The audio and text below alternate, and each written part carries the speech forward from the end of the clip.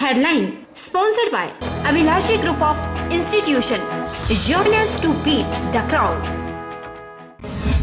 मुख्यमंत्री जयराम ठाकुर ने सरदार पटेल और इंदिरा गांधी को श्रद्धांजलि की अर्पित। महर्षि वाल्मीकि जयंती पर प्रदेशवासियों को दी बधाई। राष्ट्रीय एकता दिवस पर मुख्यमंत्री ने लोगों को राष्ट्रीय एकता की दिलाई शपथ। नालागढ़ के विधायक ने भाजपा पर साधा निशाना, कहा भाजपा की नाकामी के चलते फार्मा हब के हाथ से निकला ब्लॉक ड्रग पार्क। भाजपा केवल कांग्रेस द्वारा स्वीकृत विकास कार्यों के उद्घाटन शिलान्यास करने में व्यस्त। भरौना पंचायत के वार्ड 1 को नगर निगम में शामिल करने का विरोध शुरू। मुख्यमंत्री को मेल से भेजी शिकायत। लोग बोले साहब ग्रामीण क्षेत्र में रहने दिया जाए, उनका वार्ड किसी भी स्थिति में शहर के काबिल नहीं। और विद्युत उत्पादन में करोड़ों आमदनी जुटाने वाली बस्ती परियोजना की ऐतिहासिक वाटिका बदहाल। वाटिका में फूलों की जगह झाड़ियों का साम्राज्य। फुहारे बंद, खुले में शौच करने को मजबूर हुए पर्यटक। नमस्कार, आप देख रहे हैं HP 24x7। मैं हूं जनीशा। मुख्यमंत्री जयराम ठाकुर ने भारत के पहले उप प्रधानमंत्री सरदार वल्लभ भाई पटेल की 145वीं जयंती के अवसर पर रिज पर उनकी प्रतिमा पर माल्यार्पण कर श्रद्धांजलि अर्पित की। इस दिन को राष्ट्रीय एकता दिवस के रूप में मनाया गया। उन्होंने पूर्व प्रधानमंत्री इंदिरा गांधी की पुण्यतिथि पर उनकी प्रतिमा पर भी पुष्पांजलि अर्पित की। जयराम ठाकुर ने इस अवसर पर उपस्थित लोगों को राष्ट्रीय एकता की शपथ भी दिलाई। राज्य पुलिस के दल ने आकर्षक मार्च पास्ट प्रस्तुत किया। मुख्यमंत्री जयराम ठाकुर ने कहा कि सरदार वल्लभ भाई पटेल की दृढ़ इच्छा शक्ति, संकल्प, समर्पण और कूटनीति से ही यह संभव हो पाया कि भारत आज एकजुट है। सरदार पटेल ने खेड़ा और बारदोली में किसानों को एकजुट कर राष्ट्रीय स्वतंत्रता आंदोलन खड़ा किया। उन्होंने कहा कि 1918 का खेड़ा सत्याग्रह किसानों की एकता और अनुशासन का प्रतीक है, जबकि उनकी जमीन, संपत्ति और आजीविका के साधन भी जब्त कर लिए गए थे। मुख्यमंत्री ने कहा कि भारत 562 अलग अलग रियासतों में बंटा हुआ था, जो अंग्रेजों के कब्जे से तो मुक्त हो गए थे, लेकिन उनमें भारी अराजकता और भ्रम फैला हुआ था। सरदार वल्लभ भाई पटेल ऐसी स्थिति में आगे आए और विश्व के इतिहास में इन रियासतों का सबसे उल्लेखनीय एकीकरण किया। उन्होंने भारत की सभी छोटी बड़ी रियासतों को एकजुट किया। सरदार पटेल की सबसे बड़ी विशेषता और उपलब्धि यह रही कि अपनी सूझबूझ से भौगोलिक दृष्टि की विषमताओं, विविध भाषाओं, संस्कृति और परंपराओं वाले इस देश को एक सूत्र में पिरोया। जयराम ठाकुर ने कहा कि प्रधानमंत्री नरेंद्र मोदी के नेतृत्व में वर्तमान केंद्र सरकार सरदार पटेल की विरासत को सम्मानपूर्वक आगे बढ़ा रही है। प्रधानमंत्री के कुशल नेतृत्व में एक भारत श्रेष्ठ भारत की एक बड़ी पहल की गई है। आज का ये दिवस बहुत महत्वपूर्ण है हमारे राष्ट्र के लिए। एक तरफ तो आज एकता दिवस के रूप में हम सरदार वल्लभ भाई पटेल जी की 145वीं जयंती मना रहे हैं, और आज के ही दिन भारत की पूर्व में प्रधानमंत्री रही श्रीमती इंदिरा गांधी जी की पुण्यतिथि भी है, बलिदान दिवस है उनका। और इस दिन को हम उनके इस पुण्यतिथि के अवसर पर संकल्प दिवस के रूप में मनाते हैं। और उसी प्रकार से ये भी हमारे लिए प्रसन्नता का विषय है कि आज महर्षि वाल्मीकि जी की भी जयंती है, जिनका हमारे समाज के लिए, हमारे राष्ट्र के लिए बहुत बड़ा योगदान रहा है। एक साथ स्मरण करने का ये अवसर है। उनके योगदान को जिस रूप में भी राष्ट्र के लिए वो मिला है, हमारे समाज के लिए मिला है, जो बहुत उपयोगी रहा है, उसको भी मुझे लगता कि आज ये स्मरण करने का हमारे लिए सुनहरा अवसर है। पूर्व प्रधानमंत्री इंदिरा गांधी की पुण्यतिथि और सरदार वल्लभ भाई पटेल की जयंती पर सोलन में जिला कांग्रेस कमेटी द्वारा कार्यक्रम का आयोजन किया गया। इस दौरान कांग्रेसी कार्यकर्ताओं ने इंदिरा गांधी और सरदार वल्लभ भाई पटेल को श्रद्धा सुमन अर्पित किए। कांग्रेस जिला अध्यक्ष शिव कुमार ने बताया कि राष्ट्र की एकता, अखंडता और सुरक्षा को बनाए रखने में इंदिरा गांधी का अहम योगदान रहा है। महिला शक्ति की प्रेरणा स्रोत श्रीमती इंदिरा गांधी जी के पुण्यतिथि पर उन्हें याद कर रहा है। सोलन जिला कांग्रेस कमेटी ने आज इसी संबंध में, इसी के उपलक्ष्य में एक कार्यक्रम रखा था, जिसमें आज उन्हें याद किया गया, उनके प्रति श्रद्धा सुमन समर्पित किए गए। साथ ही साथ हमारे जो लौह पुरुष थे सरदार वल्लभ भाई पटेल जी, उनको भी इस मौके पर उनके जन्म दिवस पर याद किया गया, श्रद्धा सुमन समर्पित किए गए। और साथ ही साथ आज का जो पर्व है वो महर्षि वाल्मीकि जी की का दिवस है, आज उन्हें भी इस मौके पर याद किया गया। नालागढ़ के विधायक लखविंदर राणा ने भाजपा सरकार पर नालागढ़ क्षेत्र के साथ भेदभाव के आरोप लगाए हैं। लखविंदर राणा ने बयान जारी कर कहा कि ब्लक ड्रग पार्क औद्योगिक क्षेत्र ऊना में बनने के बजाय बीबीएन के लिए प्रस्तावित हुआ था और ब्लक ड्रग पार्क के लिए सैकड़ों बीघा जमीन का भी अधिग्रहण किया गया था, लेकिन भाजपा की नाकामी के चलते ब्लक ड्रग पार्क एशिया के सबसे बड़े फार्मा हब के हाथ से निकल गया। विधायक लखविंदर राणा ने नालागढ़ बद्दी के भाजपा नेताओं से सवाल किए हैं कि वह ब्लक ड्रग पार्क के नाम पर चुप क्यों बैठे हैं।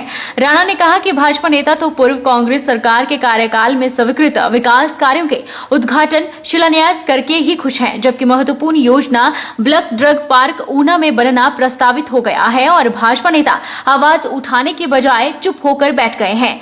उन्होंने कहा कि सभी दलों के नेताओं को बीबीएन औद्योगिक क्षेत्र का हित देखते हुए ब्लक ड्रग पार्क के लिए संघर्ष अभियान शुरू करना चाहिए। उन्होंने नालागढ़ के पूर्व भाजपा विधायक पर निशाना साधते हुए कहा कि वह क्षेत्र में लोगों को गुमराह कर रहे हैं और क्षेत्र में हो रहे विकास कार्यों का खुद ही उद्घाटन कर श्रेय ले रहे हैं, जबकि पूरे हिमाचल प्रदेश में ऐसा कोई भी पूर्व विधायक नहीं है जो अपने हलके में हारने के बाद उद्घाटन कराता दिखे। वहीं उन्होंने कहा कि ब्लक ड्रग और अन्य कई मामलों को वह लगातार विधानसभा में उठाते आ रहे हैं, लेकिन सरकार औद्योगिक क्षेत्र बीबीएन की ओर कोई ध्यान नहीं दे रही है।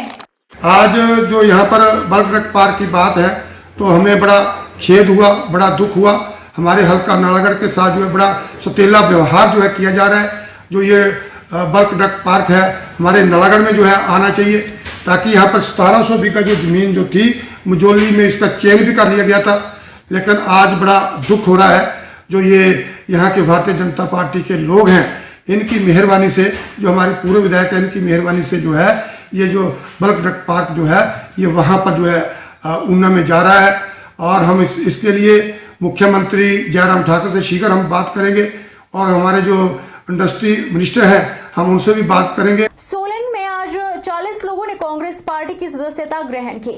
कांग्रेस पार्टी की नीतियों से प्रभावित होकर सभी ने कांग्रेस का हाथ थाम लिया। सोलन में आयोजित पूर्व प्रधानमंत्री इंदिरा गांधी की पुण्यतिथि और सरदार वल्लभ भाई पटेल की जयंती के अवसर पर आयोजित कार्यक्रम में सोलन जिला कांग्रेस अध्यक्ष शिव कुमार ने पट्टी पहनाकर सभी को कांग्रेस ज्वाइन करवाई। शिव कुमार ने कहा कि सोलन में जो भी भाजपा की बी टीम है वो जब भी चाहे कांग्रेस को ज्वाइन कर सकते हैं। आज हमारे कांग्रेस का परिवार जो है वो हमारी जो नेता श्रीमती सोनिया गांधी जी हैं उनके नेतृत्व में, और इस अवसर पर इंदिरा जी के शहीदी दिवस पर आज हमारे बीच जो है वो 40 के करीब हमारे नए लोगों ने कांग्रेस पार्टी की नीतियों में आस्था व्यक्त की है और कांग्रेस को ज्वाइन किया है। मैं उन सभी का स्वागत करता हूं। और साथ के साथ कुछ हमारे भाजपाई मित्र जो कहा करते हैं कि कांग्रेस की बी टीम, मैं उन कांग्रेस की बी टीम से भी निवेदन करता हूं कि वो भी आज ही आ जाते तो हम आज ही उनका स्वागत करते थे, लेकिन भविष्य में भी उनका स्वागत करेंगे। हमारा उनको पूर्ण रूप से इन्विटेशन है। नगर निगम की नोटिफिकेशन के द्वारा भरौण पंचायत के नंबर 1 वार्ड को नगर निगम मंडी में शामिल किए जाने पर लोग आक्रामक हो गए हैं।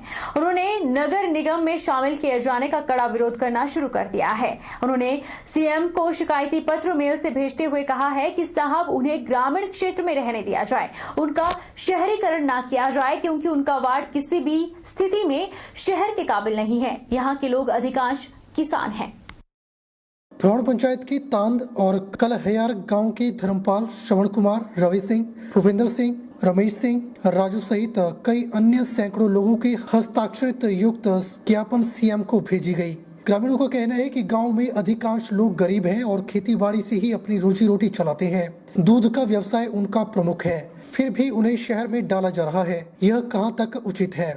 उन्होंने सीएम से आग्रह किया कि वे ग्रामीण हैं और वे शहर में शामिल नहीं होना चाहते हैं, उनकी मांग को अनसुना न किया जाए। उन्होंने कहा कि भरौण पंचायत के 3 वार्डों को ही शामिल किया गया है, उनके वार्ड को निगम में जोड़ना उचित नहीं है। इस बाबत शुक्रवार को डीसी मंडी को भी एक ज्ञापन सौंपा था, जिसमें उन्होंने प्रशासन से गुहार लगाई थी।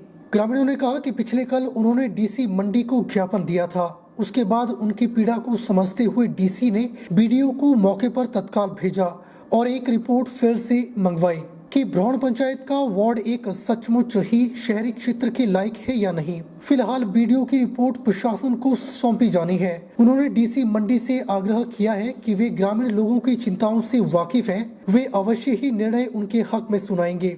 उनके वार्ड के बाहर हो जाने से निगम के अस्तित्व को कोई खतरा नहीं होगा, क्योंकि यह वार्ड बहुत ही छोटा है, लेकिन अधिकांश किसान हैं और खेतीबाड़ी पर निर्भर हैं। उनसे मनरेगा भी छिन जाएगा।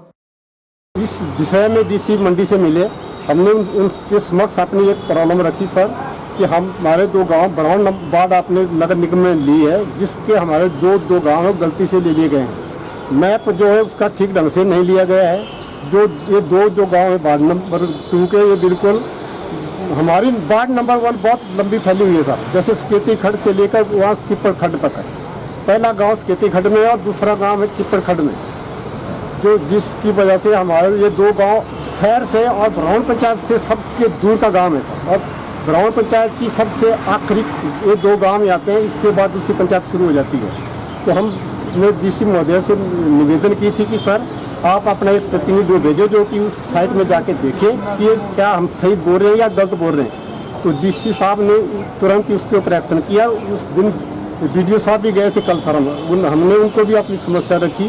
दिनचर्या है उनका वही है कि वो दिहाड़ी कमाते हैं और उसमें मतलब कुल स्ट्रेंथ यही होगी मेरे ख्याल में 100 या 110 के आसपास।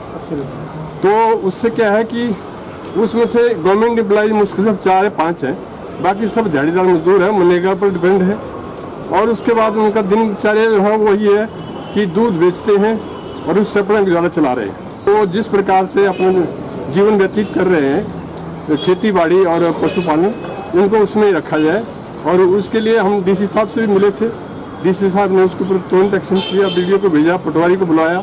हिमाचल प्रदेश के सीमा द्वार यमुना बैरियर में रात के 9 बजे के बाद क्रैशर को जाने वाले सैकड़ों ट्रकों की आवाजाही शुरू होने से पिछले 4 दिनों से जाम की स्थिति उत्पन्न हो रही थी, जिसके चलते अब बीते रोज से चेक पोस्ट की टीम को बढ़ाया गया है। 2 की जगह अब रात के समय 6 वर्कर काम करेंगे ताकि पांवटा में जाम की स्थिति उत्पन्न न हो।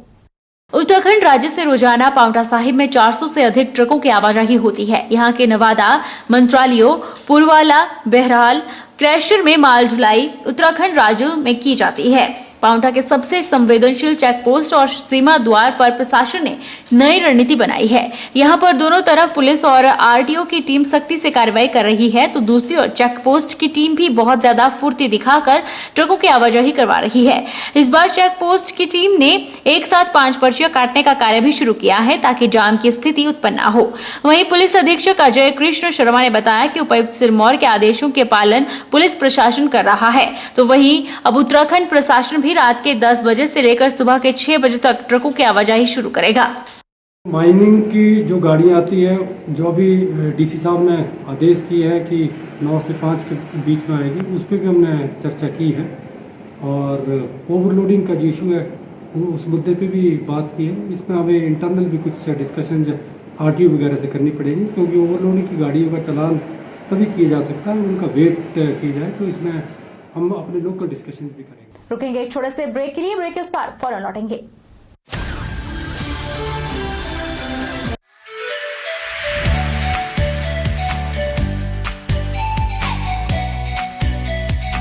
Abhilashi Group of Institution, where you can get admission in 2020 and 21 for BTech in Civil, Mechanical, Electrical and Computer Science Engineering, Diploma in Civil, Mechanical and Electrical Engineering, B Pharmacy, B.Ed, D.L.Ed, MSc, Physics, Chemistry, Botany, A&M, GNM, BSc Nursing and Post Basic BSc Nursing courses. For detailed inquiry, please contact Abhilashi Group of Institutions near Chowk, Tehsil Bald District Mandi, Himachal Pradesh.